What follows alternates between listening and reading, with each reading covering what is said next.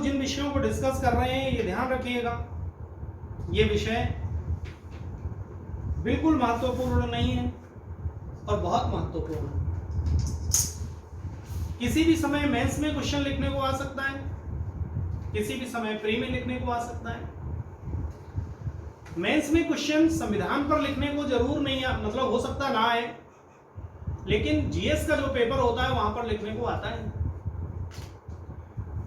और अब जो मैं गवर्नमेंट ऑफ इंडिया एक्ट आपके साथ डिस्कस कर रहा हूं, इस पर एक क्वेश्चन पूछा भी गया है, आई थिंक 2003 मेंस जीएस में, कि गवर्नमेंट ऑफ इंडिया एक्ट 1935 की जो विशेषताएं हैं वो क्या है, ये प्रश्न पूछा गया। तो जितनी भी बातें हम लोग कर रहे हैं वो बातें आपको जीएस में, वो बातें आपको पॉलिटी में, और वो तथ्य आपको जीएस के मेंस वगैरह में आप उसका प्रयोग कर पाएंगे, आपके लिए यूजफुल होंगे और भारतीय संविधान को समझने में आपके लिए यूजफुल होंगे। तो आगे अब मैं इसको कंटिन्यू करता हूं। गवर्नमेंट ऑफ इंडिया एक्ट 1935, इसके द्वारा क्या हुआ?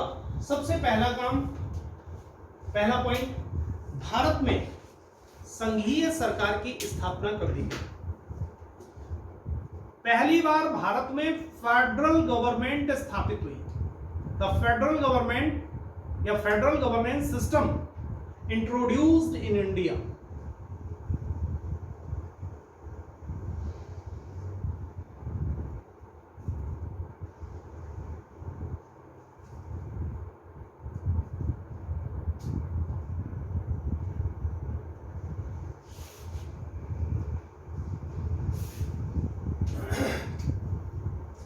दूसरा पॉइंट, डायरेक्टरी रूल, दोहरी शासन व्यवस्था। डायरेक्टरी रूल राज्य से समाप्त हो गया, केंद्र में लागू हो गया।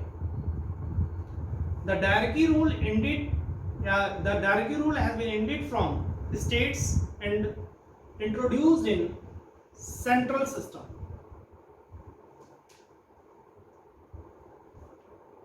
अब जब सेंट्रल सिस्टम में ये इंट्रोड्यूस हो जाएगा तो फिर यहां पर दो सब्जेक्ट हो जाएंगे, संघीय सरकार के दो सब्जेक्ट हो जाएंगे। एक वही हो जाएगा रक्षित विषय और एक हो जाएगा हस्तांतरित विषय। रक्षित विषय गवर्नर जनरल परिषद के माध्यम से कंट्रोल होगा और हस्तांतरित विषय गवर्नर जनरल प्लस मंत्रिमंडल से कंट्रोल होगा और उस पर गवर्नर जनरल को वीटो पावर होगी। सेम वही जो स्टेट वाला था वो यहां लागू कर दिया गया।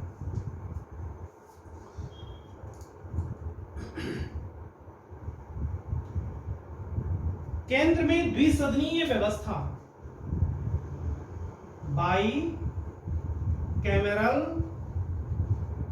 System introduced in central. द्विसदनीय व्यवस्था, दो सदन। आज की डेट में आप केंद्र में दो सदन देखते हैं। पहला सदन, एक सदन आपका राज्यसभा और दूसरा सदन लोकसभा। ये द्विसदनीय व्यवस्था 1935 के एक्ट से आ गई। दोनों सदन आप लोग जानते हैं ना, council of states and Lok Sabha क्या कहते हैं?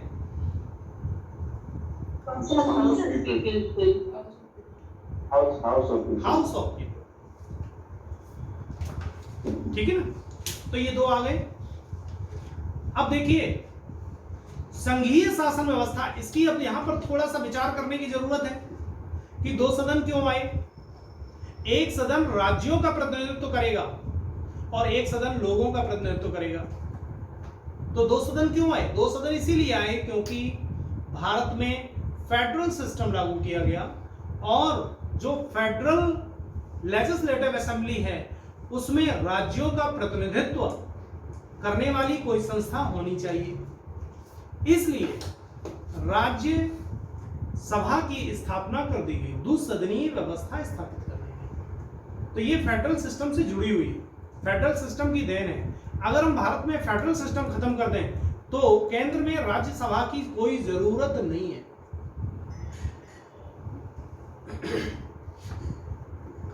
तो द्विसदनीय विधानमंडल की स्थापना कर दी गई। साथ ही अब जो आप 7वीं अनुसूची देखते हो वो पूर्ण रूप से सामने आ गई। चूंकि भारत में फेडरल सिस्टम लागू किया गया, राज्यों के विषय दूसरे, केंद्र के विषय दूसरे, और एक समवर्ती सूची बना दी गई जिसमें कि दोनों लोगों को विधि बनाने का अधिकार दिया गया। तो यानी कि जो विषय थे, सब्जेक्ट थे, वो 3 भागों में डिवाइड कर दिए गए।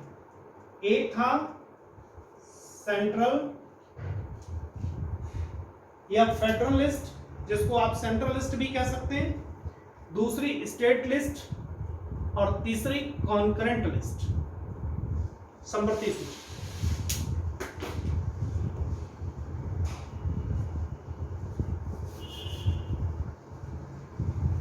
ठीक है ना। इस तरीके से शक्ति विभाजन, सेपरेशन ऑफ पावर की व्यवस्था की गई। इसके बाद फेडरल कोड। अब ध्यान रखिए, जब भी हम फेडरेशन का गठन करेंगे, फेडरेशन का मतलब क्या होगा, राज्य की सरकार अलग चलेगी, केंद्र की सरकार अलग चलेगी, राज्य के विषय अलग हैं, केंद्र के विषय अलग हैं, और लेकिन राज्य और केंद्र के बीच में अगर कभी डिस्प्यूट क्रिएट हो जाए तो इस डिस्प्यूट को सॉल्व कौन करेगा? इसके लिए एक स्वतंत्र न्यायपालिका होनी चाहिए। तो इसलिए एक फेडरल कोड का गठन कर दिया गया, फेडरल कोड, जो आगे चलकर सुप्रीम कोर्ट बनेगा। ठीक है ना। तो इसको अभी हम क्या बोलेंगे, फेडरल कोर्ट, संघीय न्यायालय की स्थापना कर दी गई, और यह संघीय न्यायालय दिल्ली में स्थापित किया गया।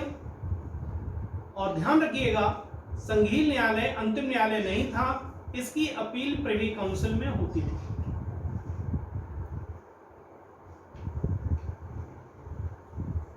संघीय न्यायालय की अपील प्रिवी काउंसिल में होती थी। फेडरल कोर्ट की स्थापना दिल्ली में की गई, जो बाद में सुप्रीम कोर्ट बनेगा, और इसकी अपील प्रिवी काउंसिल में होती थी।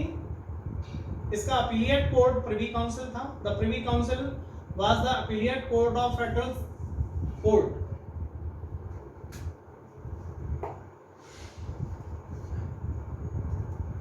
इस न्यायालय को 3 प्रकार के क्षेत्राधिकार दे दिए गए, 3 ज्यूरिसडिक्शन दिए।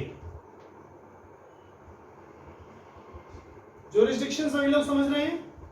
न्यायालय जिन विषयों पर कार्य करेगा, न्यायालय जिन विषयों पर न्यायालय को अधिकारता होगी, न्यायालय को जिन विषयों पर विचार करने की अधिकारता होगी, तो इसको ज्यूरिसडिक्शन दिया गया। पहला ज्यूरिसडिक्शन ओरिजिनल ज्यूरिसडिक्शन था, प्रारंभिक क्षेत्राधिकार था। अब प्रारंभिक क्षेत्राधिकार में ये क्या करेंगे, 2 स्टेट के बीच में अगर डिस्प्यूट होगा तो प्रारंभिक क्षेत्राधिकार में सॉल्व करेंगे फेडरल कोर्ट। सेंट्रल और स्टेट के बीच में डिस्प्यूट होगा तो इनको ओरिजिनल ज्यूरिसडिक्शन होगा। अगर central plus state versus states के बीच में अगर कोई डिस्प्यूट होगा तो भी उसको सॉल्व कौन करेगा, ओरिजिनल ज्यूरिसडिक्शन में फेडरल कोर्ट सॉल्व करेगा। ठीक है ना। 2 स्टेट के बीच में डिस्प्यूट, ओरिजिनल ज्यूरिसडिक्शन। स्टेट और सेंट्रल के बीच में डिस्प्यूट, ओरिजिनल ज्यूरिसडिक्शन। यानी कि सबसे पहले ओरिजिनल ज्यूरिसडिक्शन का मतलब समझ रहे हैं ना, सबसे पहले मुकदमा यहीं आएगा, इससे पहले कहीं नहीं जाएगा। तो ओरिजिनल ज्यूरिसडिक्शन दिया गया। दूसरा अपीलिएट ज्यूरिसडिक्शन दिया गया। इसका मतलब क्या हुआ कि फेडरल कोर्ट के सबऑर्डिनेट जो कोर्ट थे, उससे नीचे के जो कोर्ट थे, उनके निर्णयों की अपील यहां पर होती थी। तो निश्चित रूप से उसके नीचे के कोर्ट कौन रहे होंगे? आई थिंक हाई कोर्ट, जितने भी हाई कोर्ट स्थापित किए गए होंगे। तो हाई कोर्ट के निर्णयों की अपील फेडरल कोर्ट में होने लगी और फेडरल कोर्ट के निर्णयों की अपील सुप्रीम कोर्ट में होने लगी, तो सॉरी प्रिवी काउंसिल में होने लगी, प्रिवी काउंसिल, ठीक है ना। तो अपीलिएट ज्यूरिसडिक्शन, अपील होने लगी, यानी कि उनकी शिकायत होने लगी। नीचे वाले न्यायालयों की शिकायत ऊपर वाले न्यायालय में होने लगी, तो जिसको हम अपीलिएट ज्यूरिसडिक्शन कहते हैं। तो मैंने आपको बताया कि 3 प्रकार के ज्यूरिसडिक्शन यहां पर मिले। पहला ओरिजिनल ज्यूरिसडिक्शन, दूसरा अपीलिएट ज्यूरिसडिक्शन और तीसरा बड़ा महत्वपूर्ण ज्यूरिसडिक्शन जा रहा है, that is the advisory jurisdiction.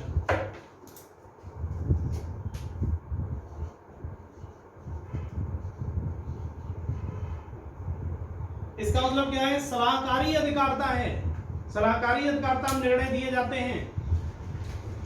आज भी प्रेसिडेंट ऑफ इंडिया को जब कभी भी जरूरत होती है तो सुप्रीम कोर्ट से सलाह मांग लेता है, व्यूज मांग लेता है सुप्रीम कोर्ट के। तो वो 1935 में प्रारंभ हो गया। इसके बाद अब चूंकि संघीय शासन व्यवस्था आ गई, तो यह ध्यान रखा गया कि राज्यों में उत्पात भी हो सकता है। तो हो सकता है कि राज्यों का उत्पात शांत करने के लिए फिर से संघीय शासन व्यवस्था को निलंबित करना पड़े। तो ऐसे प्रोविजन संविधान में होने चाहिए जो राज्य के शासन व्यवस्था को निलंबित कर सके। तो इमरजेंसी प्रोविजन इंट्रोड्यूस किए गए, आपात उपबंध। नेक्स्ट पॉइंट आपका है आपात उपबंध की संघीय या इस संविधान में या इसमें गवर्नमेंट ऑफ इंडिया एक्ट में आपात उपबंध, इमरजेंसी प्रोविजन इंसर्ट किए गए, ठीक है ना। इमरजेंसी प्रोविजन क्यों इंसर्ट किए गए? क्योंकि अगर जरूरत पड़े तो संघीय शासन व्यवस्था को निलंबित करके राज्य में गवर्नर जनरल की व्यवस्था चालू की जा सकती है। इसको हम जो आपात उपबंध की बात कर रहे हैं वो कह रहे हैं यहां पर, ये हमारा आपात 356 का आपात है। आज की डेट में जो 356 का आपात होता है उसी आपात की मैं बात कर रहा हूं, इमरजेंसी की बात कर रहा हूं। अब इसके बाद आगे बढ़िए। नेक्स्ट पॉइंट, और एक संशोधन किया गया, एक व्यवस्था आई, उसे देखें। गवर्नर जनरल को निम्नलिखित लेजिस्लेटिव या निम्नलिखित विधायी शक्तियां प्रदान की गई। The following legislative powers have been vested in governor general. जैसे कि फॉर एग्जाम्पल निम्नलिखित पावर्स दी गई, जैसे कि फॉर एग्जाम्पल एक पॉइंट पहले लिखें, टू सम्मन द हाउस, सदन का आवाहन, सम्मन SUMMON, आवाहन या बुलाना, सम्मन द हाउस। दूसरा,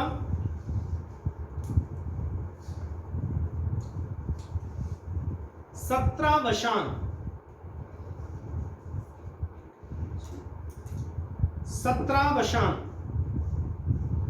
सत्र का समापन। इंग्लिश वर्ड इसका क्या है जरा बताइए, किसी के पास हो?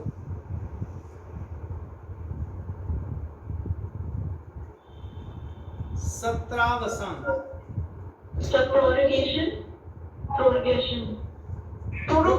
प्रोरोगेशन। Yes sir. ठीक, प्रोरोगेशन। इसके बाद डिसोल्यूशन ऑफ हाउस, विघटन, सदन का विघटन, हाउस का विघटन, डिसोल्यूशन। विधानमंडल को डिसॉल्व करने की शक्ति दी गई। और एक और, एड्रेस द हाउस, सदन को संबोधित करने की शक्ति दी गई, address the house. Address the house. इसके बाद और क्या दिया गया, to issue the ordinance, next point, power to issue the ordinance, जब सदन सत्र में ना हो तो अध्यादेश जारी करने की शक्ति दी गई, power to issue the ordinance. And और क्या दिया गया, veto power, veto power provide किया गया। तो इस तरीके से वीटो पावर का प्रयोग करके क्या करेगा, जो विधानमंडल विधि का निर्माण करेगा उसे विधि बनने से रोक देगा। Veto power, veto power, VETO power provide किया गया। To call the joint session, संयुक्त सदन, संयुक्त अधिवेशन को बुलाने का की शक्ति प्रदान की गई।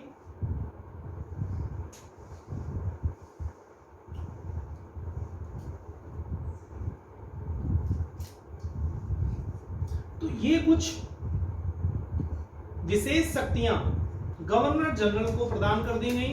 तो ये हम लोग गवर्नर जनरल की विधायी पावर्स के रूप में पढ़ते हैं, और आगे जब हम संविधान पढ़ेंगे तो लगभग ऐसी ही शक्तियों को हम प्रेसिडेंट ऑफ इंडिया की लेजिस्लेटिव पावर्स के रूप में पढ़ेंगे।